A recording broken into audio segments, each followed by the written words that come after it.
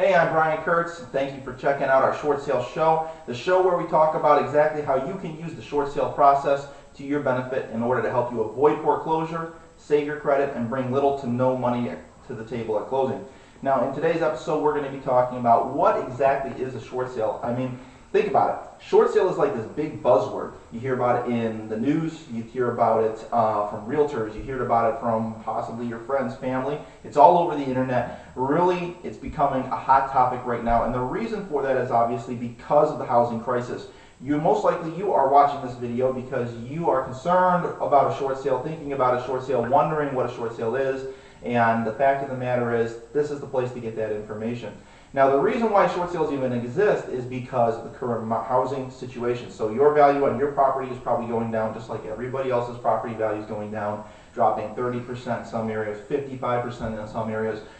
It's just like this huge nightmare that's rolling over people, and there's a lot of factors contributing to it. So people are in a situation all of the time where they are upside down on the house, and then since they owe more on the house than what it's worth, so more money being owed than what you can get for it if you sell the house and liquidate it. So that is where a short sale comes in. A short sale really is, in a nutshell, a situation where your lender, whether it's Washington Mutual, Wells Fargo, Citibank, National City, it doesn't really matter, whoever has the mortgage on your home that lent you the money to buy it, agrees to allow the home to be sold for less than what is owed to them, and then they handle that deficiency balance one way or another. We'll talk about that in a different episode. And they release the lien on the property, allowing the property to be sold to the next buyer. Now, the question would be, why would anybody do this? I mean, if you or me were investing our money, and we lent out, we said, okay, we're going to loan $250,000 out at such a percent of interest rate, and we'll get our money back over time, and it's a good investment for us.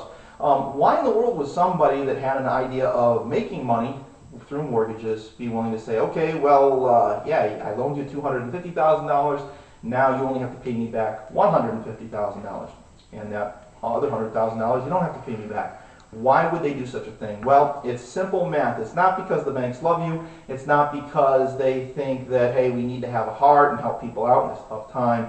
It's all about the money, and all they care about is their bottom line. And the fact of the matter is the foreclosure process is very long and very expensive. And so you think about it, break it down, it's very simple.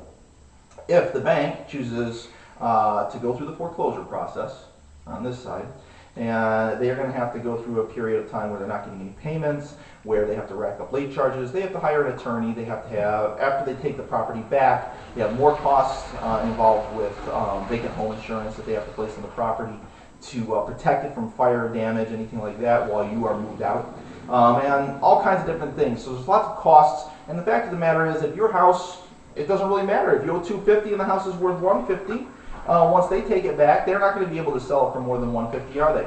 So they end up losing more money than they need to if they go through a full-blown foreclosure. Short sale, on the other hand, they're going to take a loss too. Obviously, they're going to take a loss because $250 was loaned, house is only worth, you know, $160, $165, $150, and there are closing costs associated with it. The seller's obviously in a hard situation, doesn't have $20, $30, $40, $100,000 to bring to the table. So they're basically going to take a loss there too.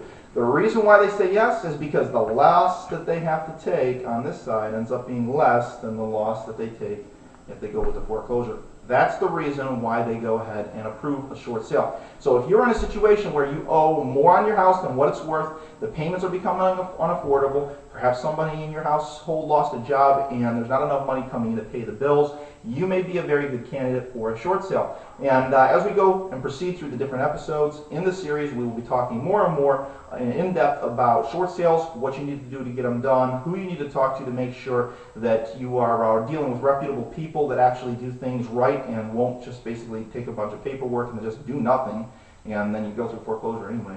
You need to be able to put your trust in the right people. You need to know how the process works, have the right type of expectations in order to get this solution worked out for yourself. So I will see you next time. Thank you for watching the Short Sale Show.